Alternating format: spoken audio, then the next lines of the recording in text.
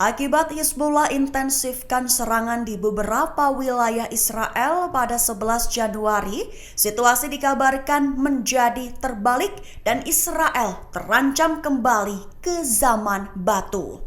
Dikutip dari Al-Mayadin pada 12 Januari, kabar itu diutarakan oleh Ketua Dewan Margaliot pada Kamis 11 Januari kemarin. Pernyataan itu sebagai tanggapan atas ancaman yang pernah diberikan Menteri Keamanan Israel Yoav Gallant ke Lebanon. Sebatas informasi saja, ancaman itu adalah akan mengembalikan Lebanon ke zaman batu. Namun menurut Ketua Dewan, situasi itu justru terbalik. Dikabarkan Hizbullah menyerang 4 pemukiman di Al-Jalil Panhandle. Imbasnya, media Israel melaporkan bahwa di wilayah pemukiman tersebut terjadi pemadaman listrik, termasuk di Kiryat Shmona, Menara, Miskaf Am, dan Margeliot. Diketahui pemadaman terjadi lantaran roket-roket perlawanan Lebanon menghantam beberapa titik termasuk infrastruktur kelistrikan. Detik-detik Hizbullah tewaskan 3 perwira unit Korps Intelijen 8200 di markas besarnya di Erbil, Kurdistan, Irak. Dikabarkan pada 11 Januari serangan ke markas besar intelijen Israel itu terjadi pada malam tahun baru 31 Desember malam. 3 perwira intelijen militer Israel tewas dalam serangan pesawat tak berawak yang menargetkan markas mereka di Erbil, Kurdistan, Irak.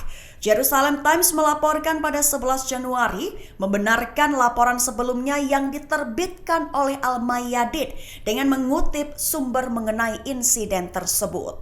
Serangan itu terjadi pada malam tahun baru dan menargetkan pusat operasi unit Korps Intelijen 8200 Israel yang bertugas melakukan misi pengawasan dan pengumpulan informasi. Dikutip dari Al-Mayadin pada 12 Januari, pada hari penyerangan, perlawanan Islam Irak juga menargetkan 4 operasi lainnya, termasuk 1 diantaranya menargetkan pangkalan militer Amerika Serikat di dekat Bandara Erbil. Imbas serangan diketahui ada sebanyak 7 anggota unit melarikan diri serta 2 lainnya terluka. Menurut situs berita tersebut, semua agen Israel adalah pemegang paspor Amerika Serikat. Amerika Serikat dan Inggris bekerja sama menyerang Houthi di Yaman, menargetkan pusat logistik, sistem pertahanan udara, dan lokasi penyimpanan senjata. Joe Biden selaku Presiden Amerika Serikat menyebut serangan itu sebagai pesan sekaligus peringatan. Kabar itu diungkap Biden pada 12 Januari bahwa serangan tersebut menargetkan sejumlah sasaran di Yaman yang digunakan Houthi untuk membahayakan kebebasan navigasi di salah satu jalur perairan paling penting di dunia. Dalam pernyataan yang dibagikan Gedung Putih, Biden mengatakan bahwa hal itu dilakukan bersama Inggris dengan dukungan Australia, Bahrain, Kanada, dan Belanda.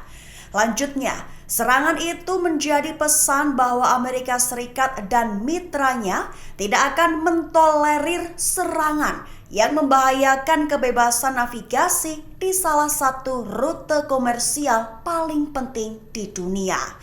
Pihak Biden tidak akan ragu mengarahkan langkah lebih lanjut untuk melindungi rakyat dan arus bebas perdagangan internasional jika diperlukan. Syed Abdul Malik memberikan peringatan keras kepada Amerika Serikat. Ia selaku pemimpin Ansarallah Yaman menyatakan bahwa balasan Houthi akan jauh lebih besar dari dugaan mereka. Pernyataan itu dikatakan oleh Syed Abdul Malik pada 11 Januari 2024. Dikutip dari Tribun News pada 12 Januari, melansir Iran Press, menyatakan bahwa Israel yang didukung Amerika Serikat adalah penjahat terbesar di dunia.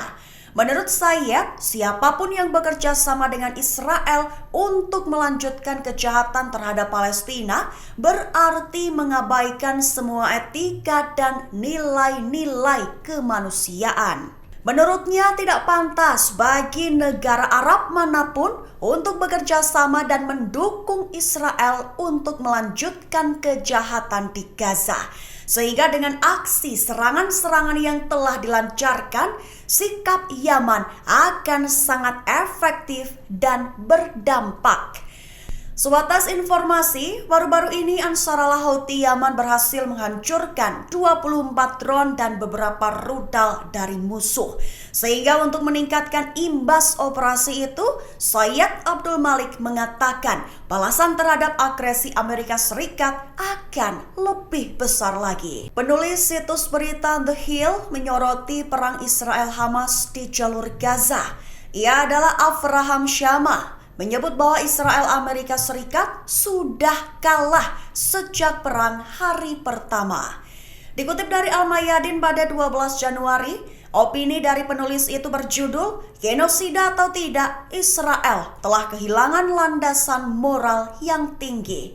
Shama menyatakan bahwa Israel kemungkinan besar akan dinyatakan bersalah melakukan genosida terhadap warga Palestina di Gaza oleh Mahkamah Internasional. Sehingga jika sudah dinyatakan seperti itu, maka pengadilan dapat menyerukan gencatan senjata segera dan mempertimbangkan kompensasi bagi warga Gaza. Lanjutnya, bahkan jika pengadilan tidak menyatakan bersalah, Israel telah kalah perang di Gaza, begitu pula Amerika Serikat. Penulis menyoroti imbas serangan yang telah menewaskan 23.000 lebih orang, melukai lebih dari 59.000 orang, dan menghancurkan lebih dari 70% rumah dan bangunan di jalur Gaza.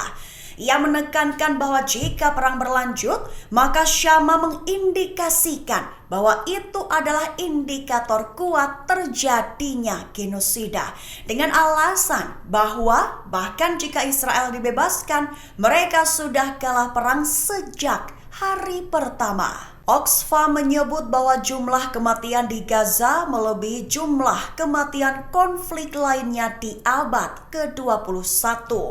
Diketahui jumlah kematian brutal itu disebutkan sumber adalah akibat dari pemboman agresif Israel di jalur Gaza. Laporan itu diumumkan oleh Badan Amal yang berbasis di Inggris, Oxfam, pada Kamis 11 Januari 2024. Dikutip dari Al Jazeera pada 12 Januari, menyebut bahwa pembunuhan warga sipil Gaza berada pada skala yang belum pernah terjadi sebelumnya dalam sejarah. Jumlah skala disebutkan oleh kelompok analis itu hasil dari gempuran Israel selama 3 bulan saja. Oxfam mengatakan bahwa militer Israel telah membunuh warga Palestina dengan rata-rata 250 orang per hari. Itu disebutkan bahwa jauh melebihi jumlah kematian harian dalam konflik besar lainnya dalam beberapa tahun terakhir. Menurut sumber, jumlah korban tewas harian warga Palestina dalam perang Israel di Gaza itu melebihi jumlah korban konflik besar lainnya di abad ke-21. Sementara mereka yang selamat tetap menghadapi resiko tinggi akibat kelaparan, penyakit, kedinginan, serta bencana pemboman Israel. Download Tribun X sekarang, menghadirkan lokal menjadi Indonesia.